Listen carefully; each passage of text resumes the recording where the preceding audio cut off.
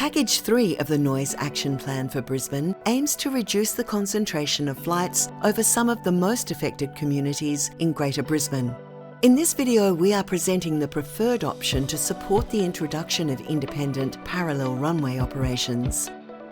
Currently, planes arriving to the airport are staggered using the runways one at a time. This is called dependent parallel runway operations.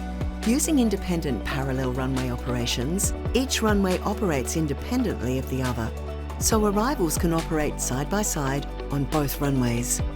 Brisbane Airport's major development plan for the new parallel runway, approved by the government, included this operating mode to help efficiently manage growing traffic volumes over time.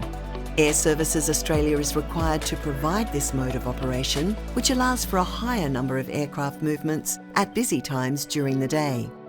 These preferred options have been developed considering feedback from previous phases of engagement. Let's take a closer look.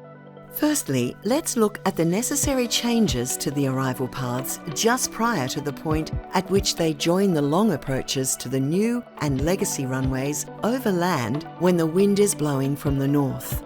The arrival paths will shift slightly further south and west before joining the final long approach, giving aircraft more time to stabilise before starting their final descent. These longer turns improve the angle for arriving planes, ensuring safe separation when both runways operate together. In designing these paths, a key focus was identifying areas with low or no residential population to reduce the number of people overflown.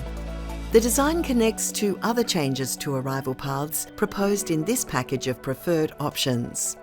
Now let's look at arrivals over water from the north and west in southerly wind conditions, landing on the new runway.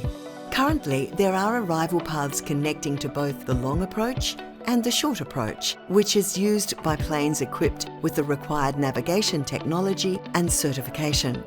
The preferred option shifts the arrival path further east over water before joining the final long approach.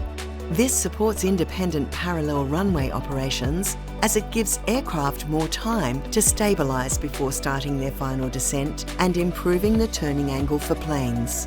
The design also shifts the arrival path further north, moving noise away from communities in the southern part of Bribie Island.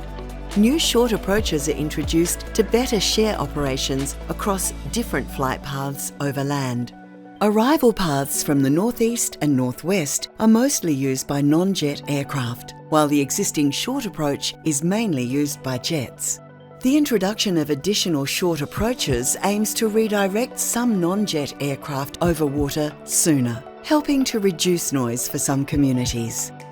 A mix of long and short approaches will be used for these over water arrivals during the independent parallel runway operations and other operating modes. However, the short approaches won't operate during SODPROPs, the mode where both arrivals and departures operate over water when conditions allow.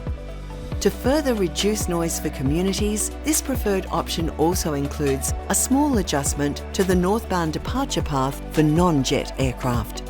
The path shifts slightly east over water, reducing noise impacts over the Redcliffe Peninsula. Find out more about the Noise Action Plan for Brisbane by visiting our website.